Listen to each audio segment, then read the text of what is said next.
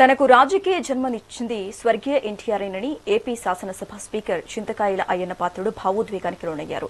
అనకాపల్లి జిల్లా నీలంపేటలో ఎన్టీఆర్ విగ్రహాన్ని ఆవిష్కరించిన ఆయన 25 ఏళ్ల వయసులోనే తనకు ఎమ్మెల్యే టికెట్ ఇచ్చి ప్రోత్సహించిన మహనీయుడు రామారావు అని కొనియాడారు.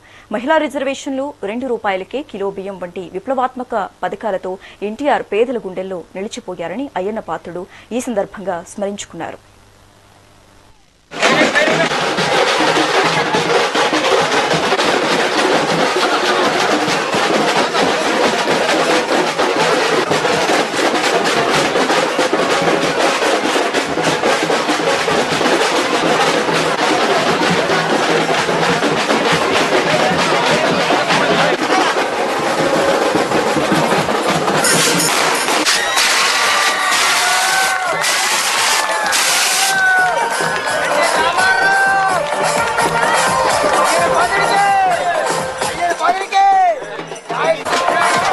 కృష్ణుడు, దుర్యోధనుడు, కర్ణుడు 3 పాత్రలు ఒకే ఫ్రేమ్ లో యాక్ట్ చేసిన మహా నటుడు భారతదేశంలో ఒకే ఒక నటుడు నందమూరి తారక రామారావు.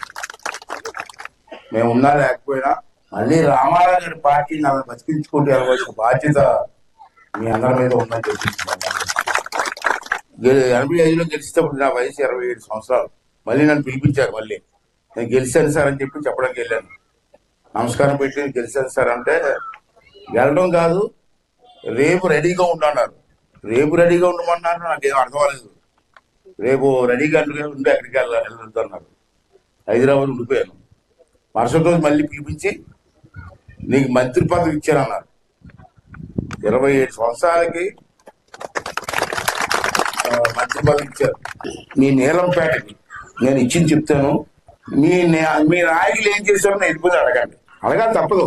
సంవత్సరం ఇప్పుడు కాదు, పోయిన సంవత్సరం ఒక 4 రోడ్లకి మీ ఊరికి ఒక శ్మశానానికి, చచ్చిన తర్వాత శ్మశానం లేదు మనకి, తీసుకెళ్ళి ఎక్కడ పారేస్తున్నారు, కాల్ చేస్తున్నారు. ఒక శ్మశానం శుభ్రంగా శ్మశానం కట్టుకుంటారా, బతికినాళ్ళు శుభ్రంగా బతుకుతున్నాం, చచ్చిన తర్వాత శుభ్రంగా శ్మశానం కట్టుకోండి అని చెప్పి ఒక 4 రోడ్లకి ఒక శ్మశానానికి 41,50,000 ఇచ్చారు. 45,000 కాదు, 41,50,000 ఇచ్చారు పోయిన సంవత్సరం. ఆ 4 రోడ్లు పూర్తి చేశారు. మీ వాళ్ళు వేశారు. శ్మశానం మాత్రం పూర్తి చేయలేదు. ఒక సంవత్సరం అయిపోయింది. ఇప్పుడు 2వ సంవత్సరంలోకి వచ్చాం. నేను గెలిచి ఇప్పుడు 2వ సంవత్సరం. ఇంకా 3 సంవత్సరాలు ఉంటాను బతుకుంటే. 2వ సంవత్సరం మొన్న మళ్ళీ కొంత డబ్బు వచ్చింది. చంద్రబాబు గారు డబ్బు ఇచ్చారు నాకు. దాంట్లో మరలా ఈ సంవత్సరం 6 రోడ్లకి 30 లక్షల రూపాయలు ఇచ్చాను.